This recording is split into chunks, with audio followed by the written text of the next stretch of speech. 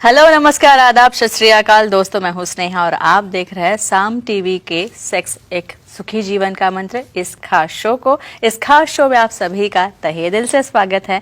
दोस्तों, हमें जब भी कोई मेडिकल इमरजेंसी आती है या फिर कोई भी स्वास्थ्य से जुड़ी परेशानी हमें सताती है तो हम क्या करते हैं, ये सारी चीज़ें हम हमारे परिवारजनों के साथ शेयर करते हैं, दोस्तों को भी बता देते हैं, कोई करीबी हो तो उसको भी बता देते हैं। लेकिन जब भी हमें सेक्स से जुड़ी कोई परेशानी सताती है तो हम क्या करते हैं, हम ये सब कभी किसी के साथ शेयर नहीं कर पाते क्योंकि हमें लज्जा आती है, हम हिचकिचाते हैं। लेकिन दोस्तों, अब शर्माने की, हिचकिचाने की, घबराने की कोई भी ज़रूरत नहीं है क्योंकि डॉक्टर विजय दहीफले आपके सेक्स से जुड़ी सारी सवालों के जवाब बहुत ही सरल तरीके से देंगे, आसानी से देंगे, जो आपको समझेंगे भी। तो शो शुरू करते हैं, लेकिन उसके पहले जानते हैं डॉक्टर साहब के बारे में।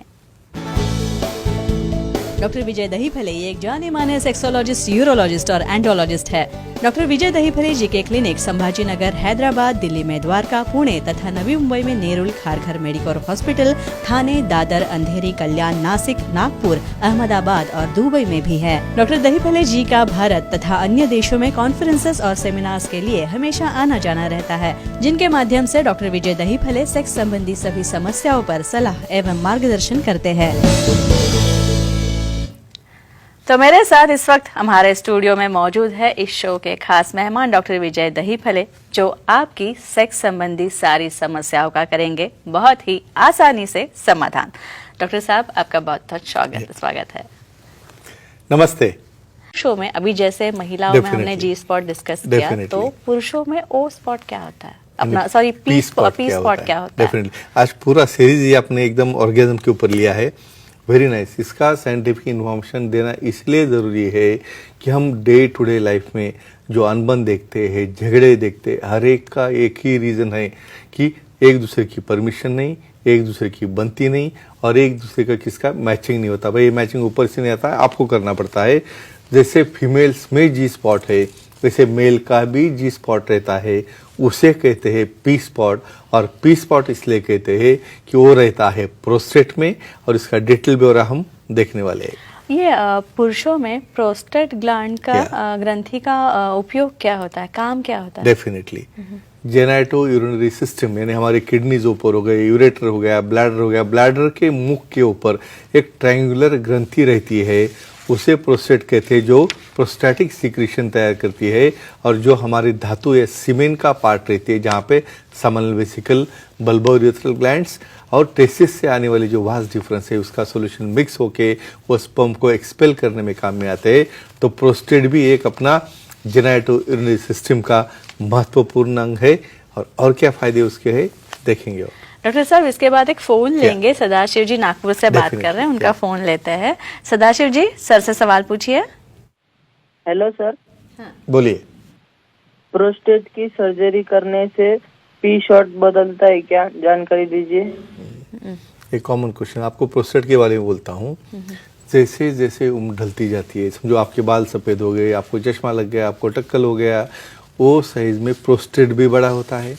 और ये प्रोस्टेट बढ़ गया तो यूरिन बंद हो जाती है और सेक्स भी धीरे धीरे डाउन होता है। तो ऐसे केस में एंडोस्कोपिक सर्जरी, यानी दूरबीन से वो पूरा का पूरा प्रोस्टेट निकाल लेते हैं, या कभी कभी ओपन मेथड से निकालना पड़ता है। तो ऐसे केसेस में उसका सपोर्ट ही चला गया तो डेफिनेटली ये पी पॉइंट, जो मेल्स का जी पॉइंट है, वो शिफ्ट हो जाता है। लेकिन फिर भी वो शिफ्ट होने के बाद उसे हम नॉर्मलाइज कर सकते हैं एक्सरसाइज से। और डेफिनेटली हम ऑपरेट करते वक्त भी एक केयर लेनी है, जितना रिक्वायर्ड अमाउंट है उतना ही प्रोस्टेट का निकालना है, तो हम इसे हम प्रिजर्व भी कर सकते हैं। डॉक्टर साहब, ये जो पी स्पॉट है या फिर पी पॉइंट है, ये ढूंढते कैसे बाहर से? Location, correct. देखो, यहाँ पे हमें उसका लोकेशन फीमेल्स का बहुत इजी है ढूंढना, मेल्स का बहुत डिफिकल्ट है। यानी लोकेशन जो है उसका, वो लोकेशन की वजह से वहाँ पे स्क्रोटम, यानी जहाँ पे हमारे अंडाशय रहते हैं, अंडकोश रहते हैं, और उसके पीछे वाला भाग पेरिनियम, यानी जहाँ पे अनल ओपनिंग है, उसके एरिया में जो टेंटिंग एरिया रहता है, वो सबसे ज़्यादा सेंसिटिव एरिया रहता है। जिसे थंब से या प्रेशर से या वाइब्रेटर से आप टच करोगे तो वहाँ पे आपको इजैकुलेशन का या सेटिस्फैक्शन का सेंसेशन आता है। तो ये मेथड रहती है बाहर से ढूंढने का। और अंदर से कैसे ढूंढते हैं? यानी लोकेशन कैसा करना है। अभी इसमें एक साइंटिफिक चीज मैं यहाँ पे कहना चाहता हूँ कि यहाँ पे ए पॉइंट कहाँ पे लोकेटेड है, बेसिकली प्रोस्टेट ग्लैंड कहाँ पे रहती है, तो इसे हमें पाल्पेट करना है एनल रीजन से। तो एनल रीजन से 1 इंच आप ऊपर जाओगे एंट्री यानी सामने वाले एरिया पे, तो वहाँ जाने के बाद जो पॉइंट पे आपको सबसे ज़्यादा सेंसेशन आएगा, सबसे ज़्यादा वहाँ पे इजैकुलेशन का फीलिंग आएगा, वहाँ पे एक प्रोस्टेटिक मसाज या रबिंग करने के बाद जो स्टिमुलेशन मिलता है, तो 1.5 इंच अंदर लुब्रिकेंट यूज़ करके आप पार्टनर के सहायता लेके या खुद होकर भी उसे ढूंढ सकते हैं, जहाँ पे उसे प्लेजर पॉइंट कहते हैं। डॉक्टर साहब, इसके बाद लातूर से माधवी जी आपके Sure. साथ बात करना Yeah, चाहती है, ठीक आपसे है। सवाल पूछना Sure. चाहती है। माधवी जी नमस्कार, सर से सवाल पूछिए। प्रणाम सर। प्रणाम जी, बोलिए। पी शॉट वाइब्रेटर से उत्तेजित होता है क्या और कैसे? ये इंफॉर्मेशन फीमेल पार्टनर को क्यों रहना जरूरी है कि यहाँ पे आपके प्रोसेस में जब आप इन्वॉल्व, तो अकेले तो नहीं होते ना, अकेला बैठ के क्या करेगा वहाँ पे, और दोनों साथ में हो, तो यहाँ पे हमें अपने पार्टनर को उसमें इन्वॉल्व करना है। अभी इन्वॉल्वमेंट होने के बाद में अभी एनल रीजन में आपको समझो सबसे इम्पोर्टेंट हाइजीन है, तो हाइजीन मेंटेन रखने के लिए वहाँ पे फिंगर्स के ऊपर लुब्रिकेंट लेके बहुत बार वहाँ पे हम निरोध यूज़ करते हैं, और बहुत ही जेंटली, क्योंकि ये पार्ट बहुत सेंसिटिव रहता है, बहुत ज़्यादा नोज रहते हैं, तो इमीडिएटली और विदाउट कंसेंट, ये सबसे इम्पोर्टेंट है। इवन मेल भी पार्टनर होगा तो उसकी भी कंसेंट बहुत ज़रूरी है, जो भी अपने पर्सनल पार्ट को हमें टच करना है उस वक्त। तो लुब्रिकेंट से धीरे धीरे उसे हम स्टिमुलेट करके एंटीरियर एस्पेक्ट के ऊपर जा सकते हैं। और बहुत बार क्या होता है, कुछ लोगों में इजैकुलेशन नहीं होता, तो लीगली जो अलाउड लुब्रिकेंट रहते हैं और वाइब्रेटर रहते हैं जिसके अंदर की एंटीरियर डायरेक्शन में उसके इम्पल्सेस आते हैं, तो उसे धीरे धीरे विथ लुब्रिकेंट हम इंसर्ट करके प्रोस्टेटिक पार्ट के ऊपर रख के वाइब्रेशन चालू करेंगे, तो डेफिनेटली वो इजैकुलेशन हो जाता है, और डेफिनेटली ये वाइब्रेटर्स यहाँ पे सेटिस्फैक्शन में या इजैकुलेशन में काम में आते हैं। डॉक्टर साहब, अभी आपने कहा कि पी स्पॉट ढूंढने में लुब्रिकेंट्स Lubricant, इस्तेमाल sure. करते हैं, तो कौन सा लुब्रिकेंट इस्तेमाल करना टाइप चाहिए? ऑफ लुब्रिकेंट डेफिनेटली यहाँ पे स्नेहा जी बहुत लुब्रिकेंट्स है, वाटर बेस्ड है, ऑयल बेस्ड है, सिलिकॉन बेस्ड है, नेचुरल है, बहुत बड़ा लिस्ट है। लेकिन सबसे इम्पोर्टेंट यहाँ पे क्या रहता है, देखो वजाइनल सेक्स करने में लुब्रिकेंट ज़्यादा नहीं लगते, क्योंकि नेचुरली फीमेल्स में वहाँ पे सिक्रीशन रहते हैं, लेकिन एनल पार्ट में सिक्रीशन नहीं बनते, और वहाँ पे वो डेलिकेट रहने की वजह से लुब्रिकेशन कम होगा। तो यहाँ पे सिलिकॉन बेस्ड थिक लुब्रिकेंट ये चॉइस रहता है, जो सेक्सोलॉजिस्ट एंड्रोलॉजिस्ट यूरोलॉजिस्ट एडवाइस करेंगे, और उसे जेंटल मेथड से पार्टनर की कंसेंट लेके वहाँ पे हम आइदर वाइब्रेटर या फिंगर से उसे मसाज तुम कर सकते हो। वाटर बेस्ड लुब्रिकेंट कतई यूज नहीं करना है, थिक सिलिकॉन बेस्ड लुब्रिकेंट यहाँ में काम में आते हैं। अच्छा, और एक सवाल ये है कि ये बट प्लग्स क्या होते हैं? डेफिनेटली वेरी नाइस, एक साइंटिफिक कंडीशन कहता हूँ मैं आपको।